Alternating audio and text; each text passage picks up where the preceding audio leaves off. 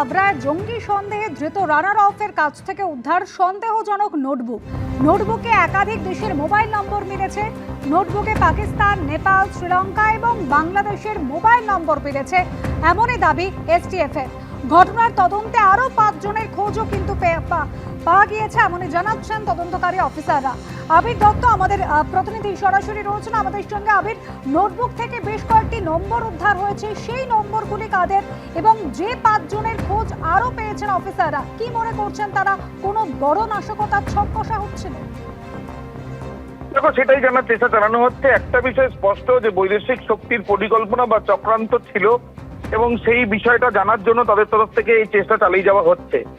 তুমি যেটা জানাচ্ছিলে যে এই যে একটি নোটবুক পাওয়া গিয়েছে, সেখান থেকে বেশ কয়েকটি নাম্বার, সেটা শ্রীলঙ্কার কোড, পাকিস্তানের কোড, বাংলাদেশের এমনকি নেপালের কোডও রয়েছে। এবং এই যে যাদের সাথে যোগাযোগ করা হতো তারা প্রত্যেকেই, প্রায় 5 জন, তারা প্রত্যেকেই কিন্তু পাকিস্তানের আইএসআই এর অপারেটিভস, এমনটাই মনে করছে বেঙ্গল এসটিএফ এর আধিকারিকরা।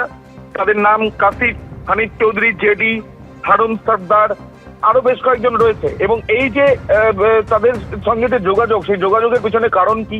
কারণ এখনো পর্যন্ত মুভমেন্ট হিসাবে রানার যেটুকু জানা যাচ্ছে সেটা ফোর্ট উইলিয়ামে এসে ভিডিও, ছবি, এমনকি ম্যাপ তার কাছ থেকে পাওয়া গেছে। সেখানে সে যেমন গিয়েছিল বাইরে থেকে সেই ছবিগুলো তুলেছে।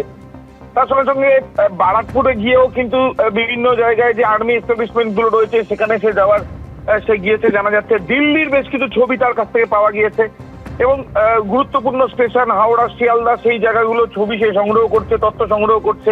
রেলওয়ে নেটওয়ার্ক সেটা ব্যবহার করার চেষ্টা চালিয়ে গেছে। এগুলোর পেছনে কারণ কি, উদ্দেশ্য কি, কি অ্যাসাইনমেন্ট তাকে দেওয়া হয়েছিল বা কি উদ্দেশ্য তার ছিল, এগুলো জানার চেষ্টা যেমন চলছে। একদিক দিয়ে সমান্তরাল ভাবে তার এই যে আধার কার্ড, ভোটার কার্ড, সেটা একেবারে স্ক্রুটিনির তলায়। এই যে ভোটার কার্ড বানানো হয়েছিল, যেটা 6 এপ্রিল বাতিল হয়েছে, অর্থাৎ এসআইআর এর প্রসেস চলার সময়, সেই ক্ষেত্রে বাতিল হওয়ার সঙ্গে সঙ্গে দেখা যাচ্ছে যে তফসিয়ার ওই এলাকা থেকে সে নেই। এই যে ইজাজ, যাকে আরো একজনকে যাকে গ্রেফতার করেছে, যেই আধার কার্ড, ভোটার কার্ড বানিয়ে দিয়েছিল, টাকার বিনিময়ে বানিয়ে দিয়েছিল বলে মনে করা হচ্ছে। এবং আগে থেকেই নেপালে বসে ইজাজের সঙ্গে যোগাযোগে রানার, তার কারণ কর্মসূত্রে নেপালে গিয়েছিল ইজাজ।